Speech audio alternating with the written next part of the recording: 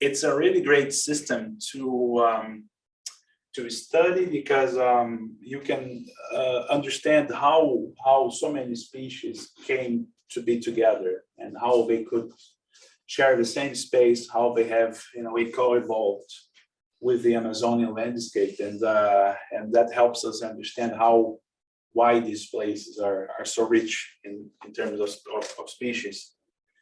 So about Amazonia, of course, Amazonia is, even though most of the Amazon is located in Brazil, it's by no means an exclusively Brazilian environment. It's actually shared with other 7 South American countries. But what really is interesting about the Amazon is that it's the whole area that we call Amazonia is roughly the size of the continental United States. So you can really realize that this is a huge area that we are talking about in terms of area, and also in terms of the diversity of the environments that can be found there. So to explain the Amazonian biodiversity, one of the first ideas to explain the huge number of species, and again the main bias and then the main focus of this talk here is birds. So to one of the first authors to dwell on the causes of the diversity of species in the Amazon was Alfred Rosa Wallace, which I think does not need any introduction. He was the co-author of the theory of evolution alongside with Charles Darwin, and he traveled extensively the Amazon, and he actually realized that the main Amazonian rivers were barriers to a lot of the species that he was collecting back then. And he could even divide up the Amazon into 4 major districts, as he called them back then: the Guyana, Ecuador, Peru, and Brazil, whose boundaries on one side are determined by the rivers, like quoting his own words. So this was the first theory of Amazonian diversification, and it's kind of cool that it was put forward by the co-author of the theory of evolution. Later on, Jürgen Hafer, he has a very interesting story. He was one of those kids who actually had his schooling really affected by World War II in Germany, and he ended up going to geology, not going to biology like he wanted, because he needed to think more in terms of how to support his family. And he went to geology. He became a very successful geologist working for the industry, and he traveled extensively throughout the world, the Middle East, and also Colombia. And when he retired, he decided, okay, now it's time to do what I wanted to do my whole life. And he has been, perhaps I would say, the most important ornithologist working in the Amazon to this day, because he came up with a different model for the evolution of Amazonian biodiversity. And it was actually not a completely new model, because his advisor actually had envisioned the same thing for Europe during the early 20th century. But of course, Jürgen was the first one to translate that model to Amazonia, and he actually really got into something when he did that. So, and he envisioned that the Amazonian speciation process took place not necessarily due to rivers acting as barriers, but he envisioned refugia. You can think about glacial refugia as well, but of course here you are in the Amazon. The term glacial does not really apply, at least not in the census in Europe or North America. And but actually, the idea is that these 6 major blocks became isolated during the last glacial maximum, when climate conditions in the Amazon were much drier. That's actually the main difference when you compare the Amazon against or many tropical areas against the northern hemisphere, is that ice was not a major issue, but of course dryness was, and these 6 blocks were thought to be isolated from each other. And then when it became isolated from each other, you had speciation going on, and then hence you have now lots of species in the Amazon due to the formation of what he called climatic refugia. And then, how did he actually got to that model? How did he mapped those 6 areas, which you can actually see here labeled as A, B, C, D, and so on. Each one of those points here is a, okay, you can see that I'm trying to point, but each one of those numbers there in this map, they refer to a locality for which specimens were collected. And the numbers there, like you have from 1 all the way to 26 or 27, indicates the number of species pairs that are meeting, and that can be found at these areas, like different subspecies belonging to the same species. So to make a long story short, he actually mapped the higher the number there, it indicates that you are in a contact zone for several species of the Amazonian avifauna. But the main point I want to stress here is that each one of those numbers there, regardless of the quantity, represents a collecting locality for which you have specimens in a given museum. In this particular case, this data comes from, actually, it was published in '85, but it came from the '60s.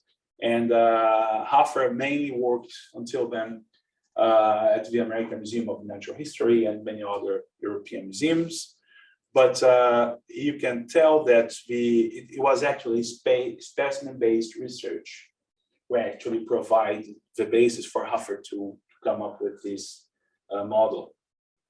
He, even though the idea came out from studying specimens and from mapping specimens onto space.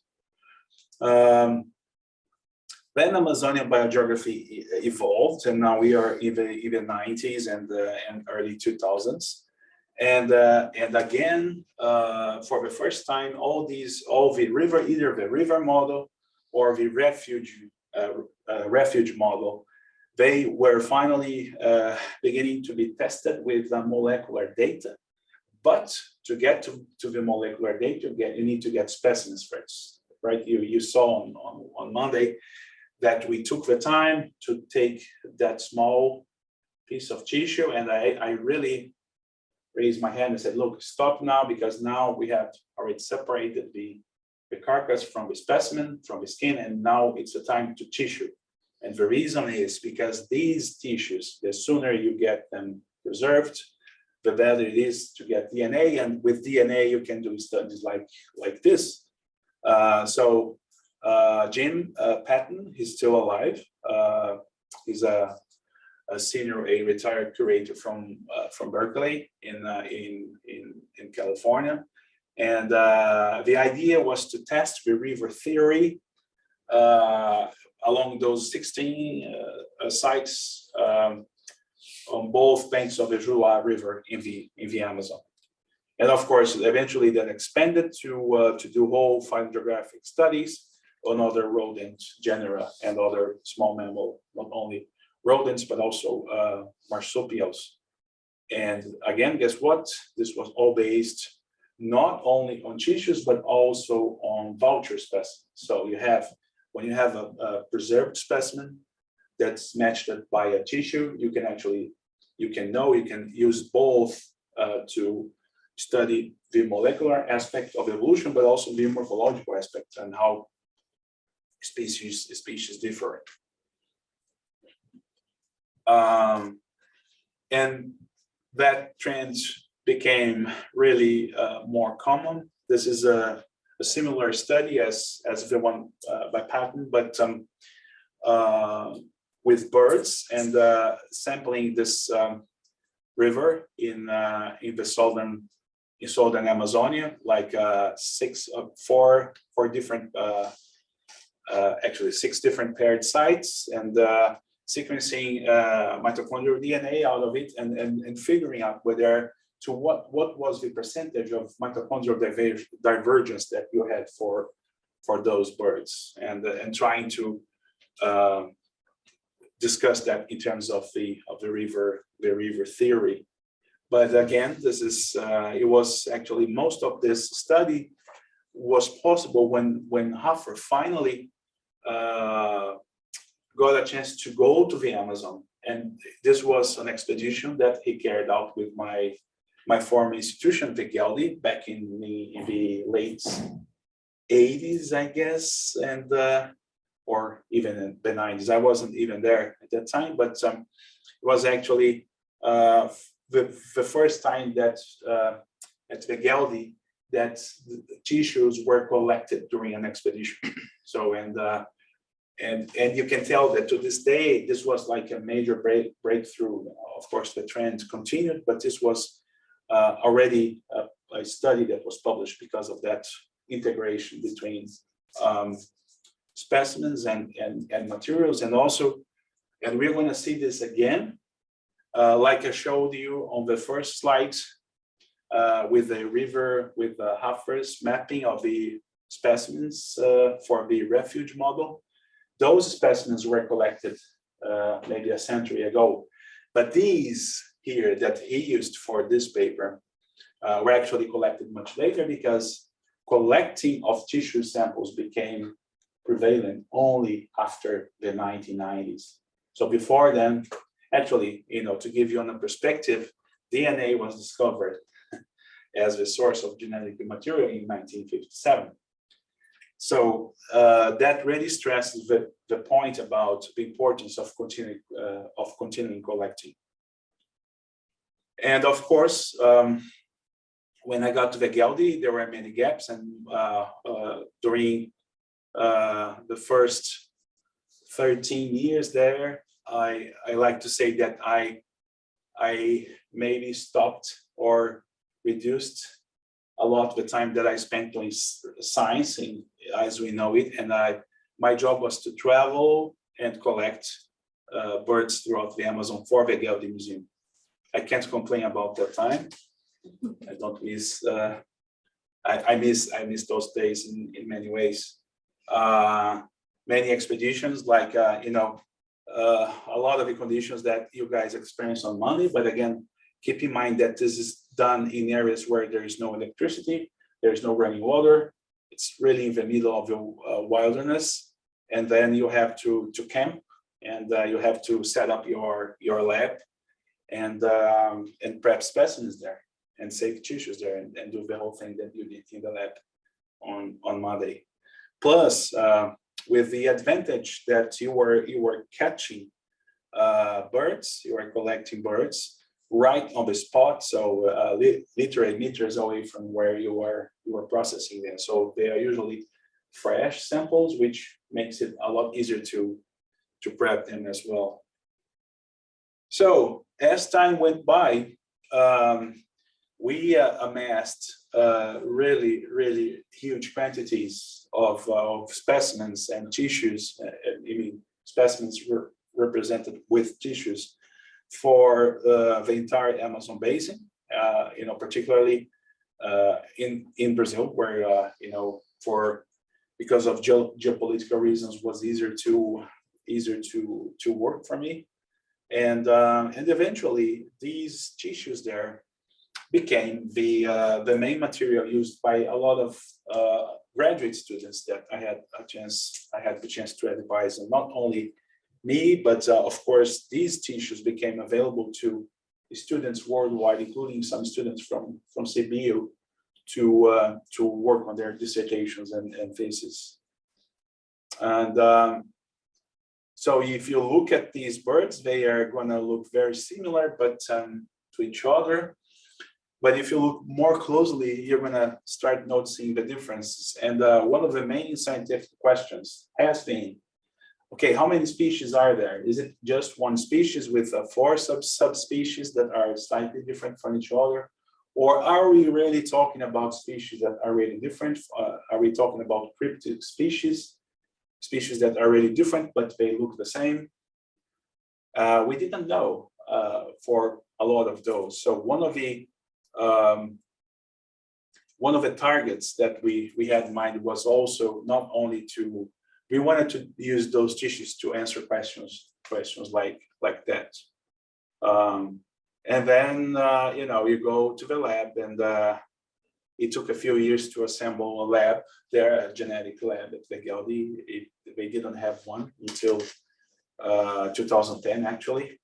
And so you sequence the DNA, you get, the mitochondrial markers there, they have more variation, and roughly, this was a very common pattern within every single interfluve, just like Wallace was predicting. You have one genetic lineage, so and then they match the map. Each interfluve is going to have its own genetic lineage that can be found. This can be found only both on this tree and also on the haplotype networks. And but when you go to the nuclear data, which evolves much slower, then it's a little bit messier. The trend is not so clear as in the mitochondrial DNA. But anyhow, you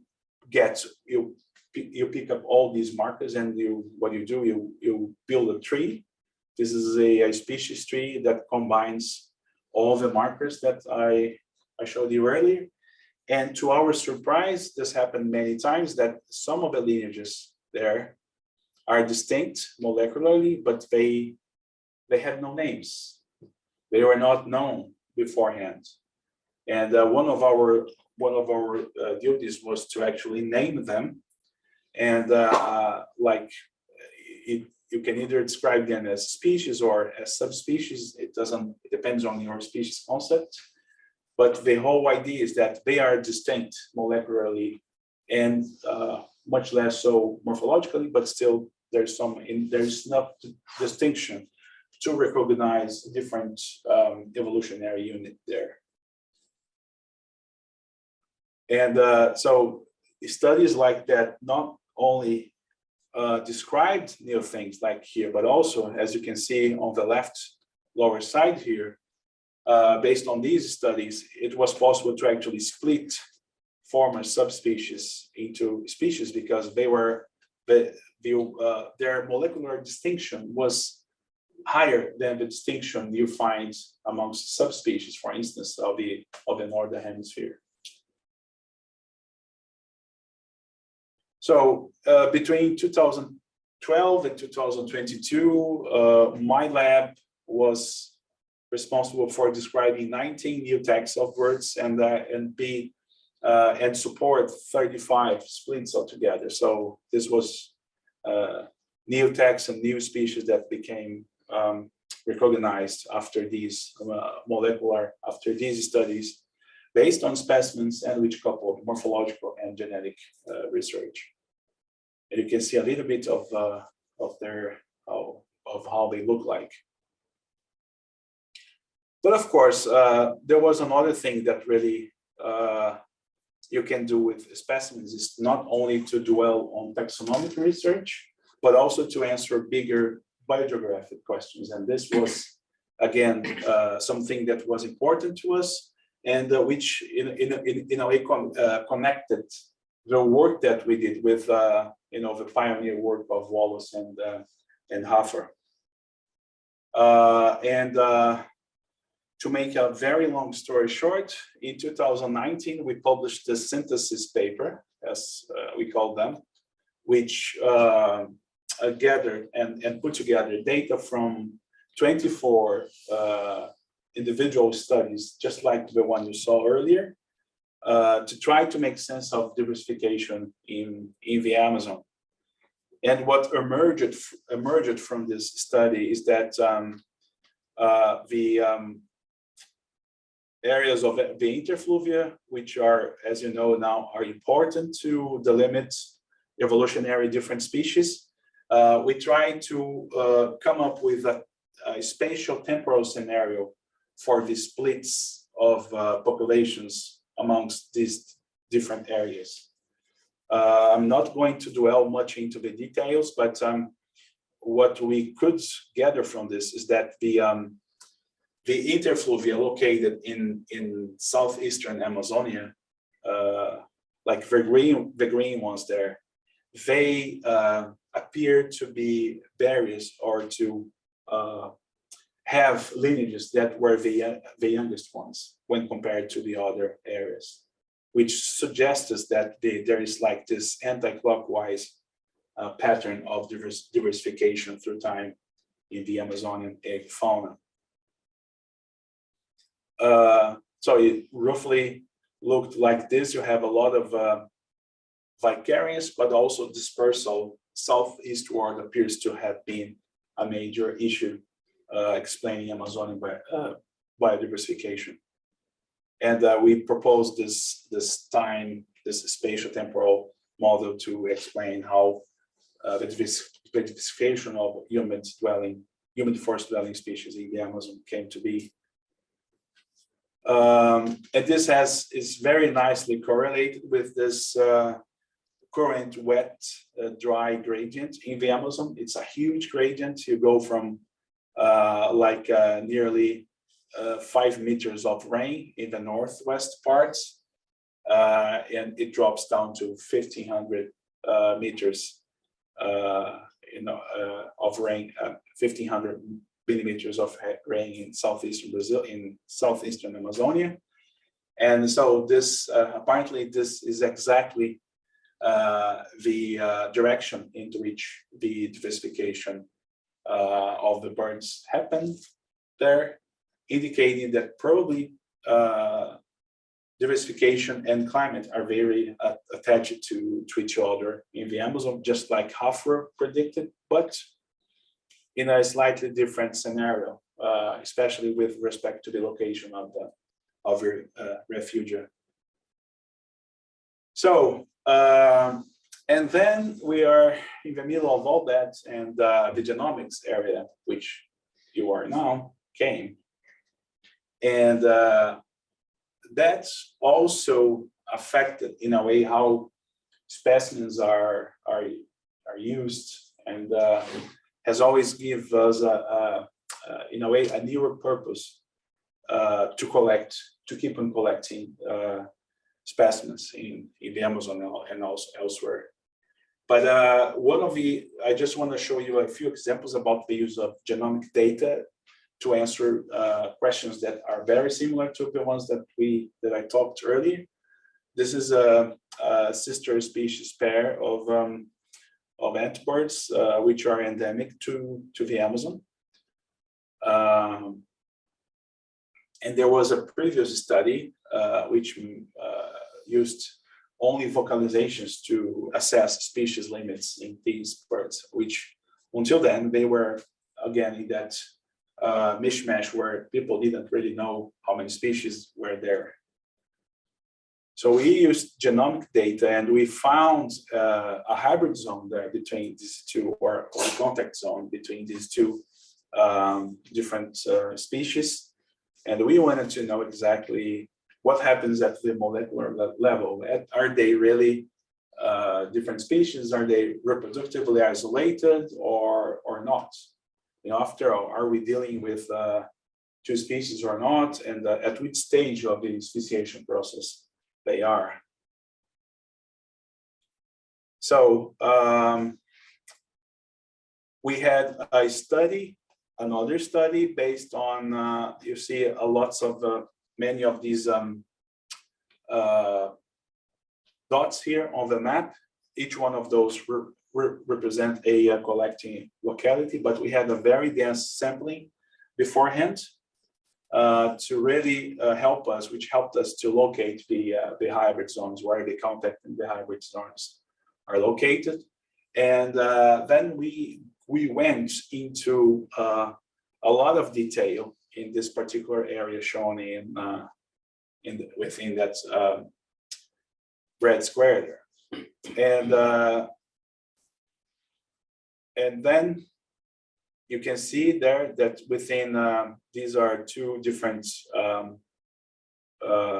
maps, but they show the same area, the same target area, but with different resolutions, with different zooming intensities. And within a few kilometers from each other, you can have hybrids, and where not only these localities 16 and 17 on the right-hand side, they are areas where you can find not only specimens from both species occurring together, but also hybrids between them. So, whereas again, away from those localities, from those blackish localities, there you have the so-called pure parental species. And using RedSeq, it was possible to sequence them all and really verify a very nice profile of different parental species, but also a very nice climb in terms of how in terms of the genetic composition of the hybrids in the hybrid zone. And we found out, again, I'm just zipping through this quickly. We found that most of the hybrids were actually, there were F1, they were F1 hybrids. There was apparently a selection against F2 hybrids, which led us to conclude that even though they are not totally reproductively isolated, there is strong post-mating or pre-mating, post-mating selection against hybrids. And it was possible, again, to show that with a data set of 901 SNPs. And it's really the transition from one gene pool to another is really truncated, and the hybrid zone is really narrow, which again is another indication that we are dealing with species with a very advanced at a very advanced stage of reproductive isolation, although not yet complete. Reference genome became available for those birds by Jason, by my collaborator, and this reference genome was based on a specimen, on a Geld specimen collected back then. I should also say that I forgot to say actually that to answer these questions, we had to carry out a specific collecting trip, or actually more than one, to the hybrid zone there, and which tells you, why, depending on your project, you will have to go to the field again to collect your samples and answer your questions. So one of the results of those expeditions were actually the reference genome of the Xingu scaleback antbirds, our model. And then many initiatives are, and now we are talking what's been happening over the past 5 years. A lot of initiatives now to sequence reference genomes are available. And they are happening. You have different consortia for birds, for bats, for fish, for vertebrates, and so on. And I'm also involved in that now with my current partner institution, the Instituto Tecnológico Vale in Belém as well. And particularly at ITV, we are sequencing whole genomes of those species that are being shown there, they are either endangered or there's some particular threat, even though they may not be endangered according to some lists. They are under some kind of threat at some level. And of course, when you are talking about whole reference genomes, you have to understand that a lot of the material that's already available in museums, like ethanol preserved tissues, which were used until then to answer all those questions that I was talking about. You need to get DNA that's really of a high molecular weight. So you need to get fresh DNA. Essentially, you need to freeze these samples as soon as you get them to make sure that you're going to have good quality DNA that's essential to get long reads, hi-fi reads, which are essential for assembling genomes, whole genomes, because the bigger the fragment you have, the easier it makes to assemble genomes. And that implies, actually, this is what I did with Geronimo, one of my postdocs. Is we went together to the field, and our best friend was the nitrogen tank to collect samples from the local biodiversity to sequence them with impact bio, and therefore to generate high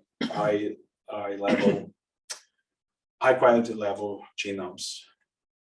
And also one of the first results are coming out. This is the sample of the harpy eagle genome, reference genome. We are doing that in collaboration with the VGP partners, but this is being currently done in the house, and at ITV we already have a PacBio 2 as well. So from now on we'll be running our sequencing, hi-fi sequencing there as well, and the tendency will be to scale up the production of reference genomes.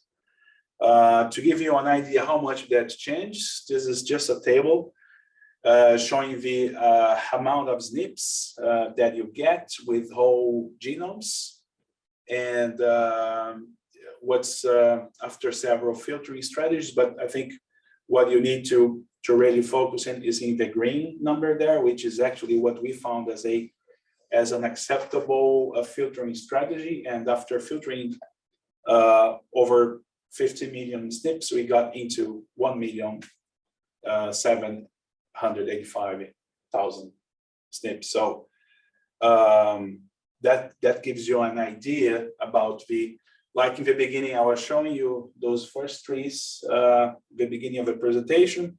They were based on only 4 loci, and now we have, roughly well over 1 million loci to work on for sure. And that pretty much tells you how much technology evolved, but it still requires those samples that you were collecting on Monday on the bench.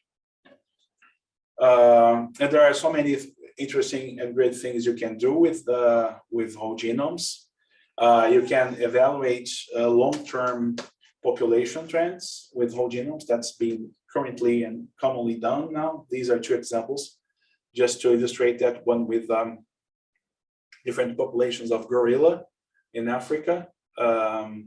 Actually, 2 different populations of chimps, I think, from Africa, and how they evolved through time. So you are talking about a scale of several thousand years, and down below you have the same thing being done for different populations of mammoth in Siberia.